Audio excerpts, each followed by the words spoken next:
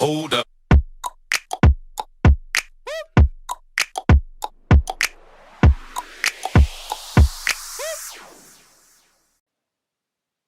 Hey, SMU crew. So, we've talked a lot about the three E's of killer content, right?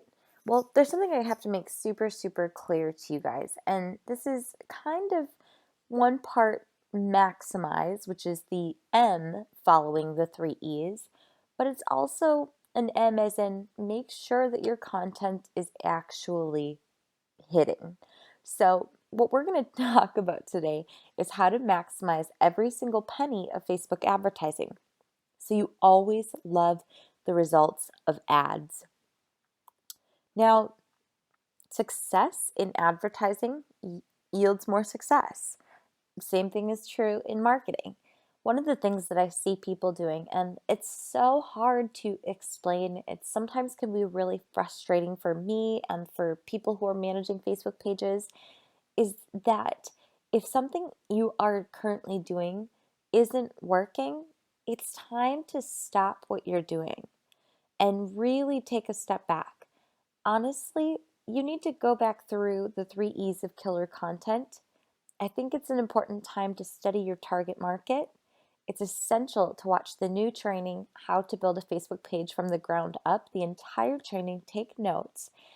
It's so hard sometimes because I know that we all do the best we can, but this is part of the reason I don't preach a set it and forget it, plan a month ahead type of methodology.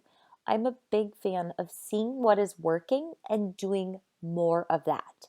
The problem that I oftentimes see though is people are doing the same thing over and over and over again, saying, I'm not getting any results. Okay, love you all. But I hate to say it, it's the definition of insanity, doing the same thing over and over, expecting a different result. I've even had that same experience before where you get frustrated and you start to wonder, is anything ever going to work? But that's part of the reason why our clients come to us because they've been doing the same thing over and over again and it's clearly not working. So, what I need you to do is to step outside of your comfort zone and test different things.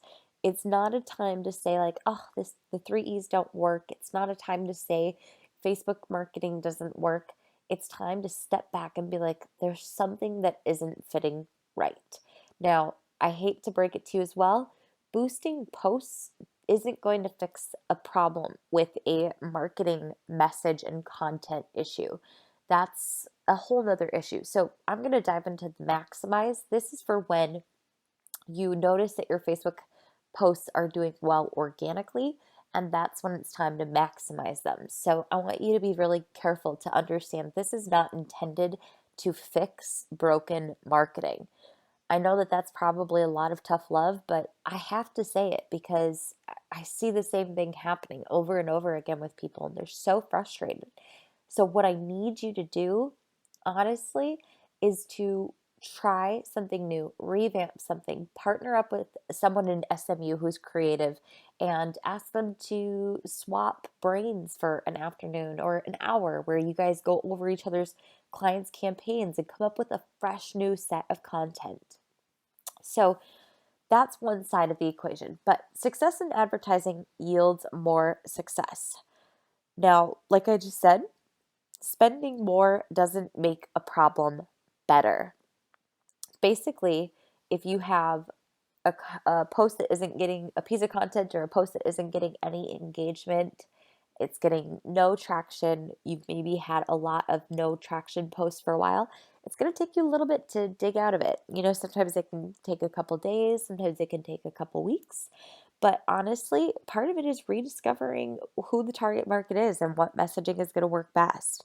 But the thing with boosting ads and running engagement ads in the ads manager that is really important is that if you did not organically get engagement and traction, you are not likely to get great results from boosting a post or running an engagement ad.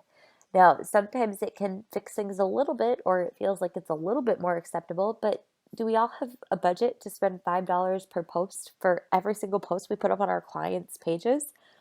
I don't think so. And in fact, the exact opposite is true. when there's quality success, you want to boost that quality success. Like that is going to be something that gives your page traction. And what most people don't know is that if you actually have posts that are doing well or a post that is doing well and you run ads to it, you actually get this beautiful little effect where for the next few posts you get more eyes and more engagement, more than likely on those posts. It just favors you. The algorithm says, hey, this person knows how to market. Awesome. We're going to show their stuff to more people. So it's kind of helpful. Now, most advertisers don't see the good. They're focusing on fixing the bad. They're like, what I mean by that is they try to fix the bad by spending Facebook advertising dollars on bad posts. And it's actually the exact opposite. You should be focusing your advertising dollars, even if you only have a small budget, or even if you want to spend $5 of your own money to maximize a post that is doing really well. You want to spend it on the good posts because that's going to be what brings traction for your clients' pages. And what most people don't know is that part of the reason that my viral post did well is because I spent a total of $60 on that post and it reached over 11 million people. Only spent $60 because it was doing well. I would not have done $60 if I was getting absolutely zero traction. So it's the exact opposite. You need to focus on maximizing your ad spend. Obviously, we have all spent money on trying to fix bad posts with Facebook advertising, right? But the moment that I realized that maximizing was about putting Facebook dollars behind quality, successful posts, that's when I started to have some serious success. So it's really tempting. Even if you look at my Facebook page, there are sometimes weeks that are dry runs where I'm not getting a ton of engagement, and I just let it be because we can't always be focusing on everything in my brand all the time yet.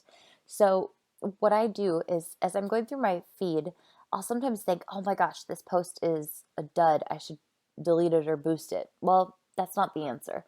The answer is to go back a little further and find something that's performing. And it was that exact same methodology that allowed my viral post to go viral because those $60 could have been wasted on a couple of really bad posts, like 12 bad posts for $5 each, and it would have done nothing.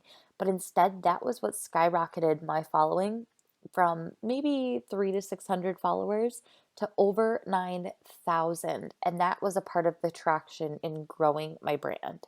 So I want you to maximize, okay? You have to commit to not boosting or running ads to non-performing posts, but instead, if you're going to spend $5, you are going to focus it behind the posts that are having success, that are quality, that are hitting with the market. And if you're not having that success, you are going to make sure that you change things up. So I want you to go back through the 3 E's of killer content, how to build a Facebook page from the ground up, and then you're going to do it. So in summation, don't waste money on non-performing posts. Learn from them. Figure out what didn't work and do something completely different on your next post. It might be weird. It might be inauthentic for your voice. Just try something different. But when something is performing, maximize it.